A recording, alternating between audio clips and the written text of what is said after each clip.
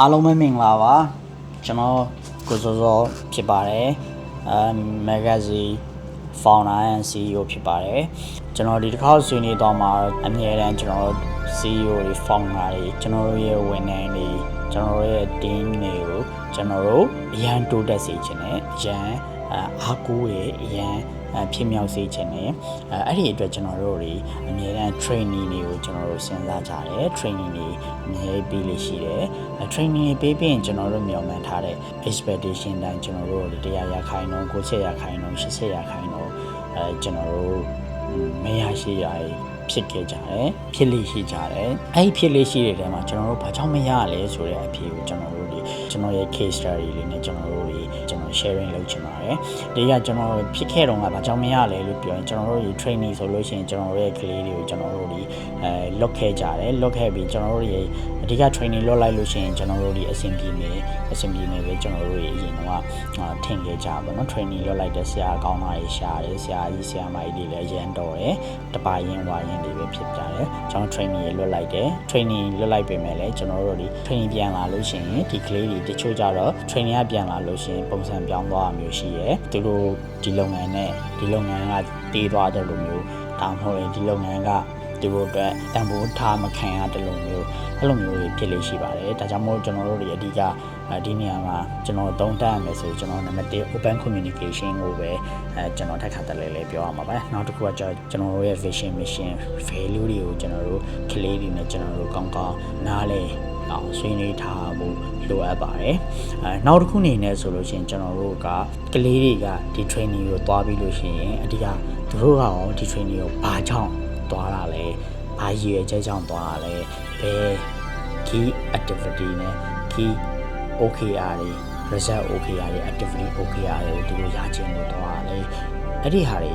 ဘာကြောင့်ရချင်တာလဲဆိုတဲ့ဟာကိုကျွန်တော်ရှင်းရှင်းလင်းလင်းသိသိချာချာကျွန်တော်ဆွေးနွေးညှိနှိုင်းထားဖို့လိုအပ်ပါတယ်အဲ့အပြင်တို့ပြန်လာလို့ရှိရင်ကျွန်တော်လုပ်ငန်းမှာ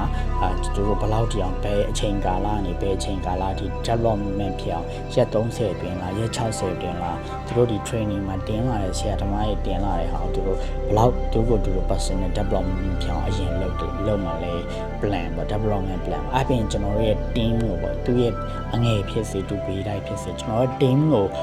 ဘယ်လောက်ထိသူကပြန်ပြီးတော့training ပြန်ပေးနိုင်မလဲ develop ဘယ်လောက်ပြောင်းလုပ်ပေးနိုင်မလဲ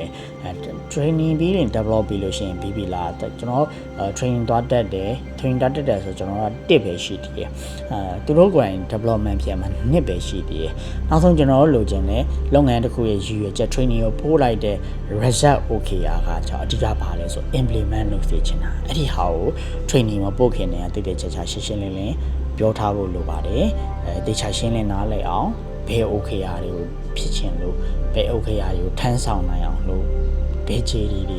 ဘယ်ရည်ချင်းတွေကိုပို့ရှိအောင်လုပ်ပေးတဲ့ရည်ရွယ်ချက်ကိုတေချာနားလည်အောင်ရှင်းပြဖို့လိုပါတယ်ညှိနှိုင်းဖို့လိုအပ်ပါတယ်အဲ့ဒါမှလည်း implementation plan ကိုလည်းတစ်ခါတည်းဆွေးရပါမယ်အဲဆိုရင် implement လုပ်တာကိုလည်း30%ခိုင်နှုန်းကိုဘယ်ချိန်ဘယ်လဘယ်နေ့မှာပြီးအောင်လုပ်မယ်60%ခိုင်နှုန်းဘယ်လောက်မှအကောင့်ထဲဖော်မယ်90%ခိုင်နှုန်းဘယ်လောက်မှအကောင့်ထဲဖော်မယ်ဆိုတဲ့ပုံစံမျိုးနဲ့အစိုးရတွေကရေးဆွဲထားတယ်ဆိုရင်ကျွန်တော်နှုတ်နဲ့မဟုတ်နှုတ်နဲ့ကိုကျွန်တော်တို့ plan နဲ့ကိုရေးဆွဲထားတယ်ဆိုကျွန်တော်တို့လုပ်ငန်းထဲမှာရှိထားမယ်ဟာဖြစ်ပါတယ်အဲ့ဒါတွေဒါရှိထားမယ်ဆိုကျွန်တော်တို့တူနဲ့တူကောင်းစွာညှိနှိုင်းလို့ရပါတယ်ကောင်းစွာပြောလို့ရပါတယ်ကျွန်တော်တို့ရဲ့ကလေးတွေလည်းကျွန်တော်တို့အပေါ်ကိုလုပ်ငန်းအပေါ်တကယ်ကိုတန်ရောစင်ရှိလို့တို့ရွေးချယ်ထားတယ်ကျွန်တော်တို့အတွက်တန်ဖိုးရှိတဲ့ကျွန်တော်တို့ရဲ့ရတနာကျွန်တော်တို့ရဲ့ဝန်ထမ်းဟောင်းတွေဖြစ်ပါတယ်ကျွန်တော်တို့ဒီတဲ့သူတို့အတွက်ကျွန်တော်တို့ရဲ့တန်ဖိုးရှိတဲ့ကျွန်တော်တို့ခေါင်းဆောင်ကောင်းတွေဖြစ်ပါတယ်အဓိကတော့ကျွန်တော်တို့လုပ်နေတာကျွန်တော်တို့ open communication နဲ့ကျွန်တော်တို့ရဲ့ EQ level ကိုကျွန်တော်တို့အသုံးပြုဖို့အတွက် open communication နဲ့ EQ level ကိုကျွန်တော်အသုံးပြုဖို့အတွက်စဉ်ဆက်မပြတ်အသုံးတည်ရုံနဲ့မဟုတ်ပဲကျွန်တော်လုပ်ငန်းခွင်မှာမှန်တကယ် implement လုပ်နိုင်ဖို့ကအဓိကပိုအရေးကြီးရလို့ကျွန်တော်တို့လေ့လာတွေ့ရှိရပါတယ်လူချင်းမင်းတို့အနေနဲ့ရော training နဲ့အပိုင်းနဲ့ပတ်သက်ပြီးတော့လုပ်ငန်းခွင်ထဲမှာကိုယ်ဝင်တဲ့အနေနဲ့ပတ်သက်တဲ့ case လေးရှိလို့ရှိရင်ကျွန်တော်ရဲ့ comment အောက်မှာမျှဝေပေးသွားပါအောင်ကျွန်တော်ရဲ့ဗီဒီယိုကိုအဆုံးထိကြည့်ရှုပေးရတဲ့အတွက်လည်းအားလုံးကျေးဇူးတင်ပါတယ်တာယာပျော်ရွှင်သောနေ့လေးဖြစ်ပါစေ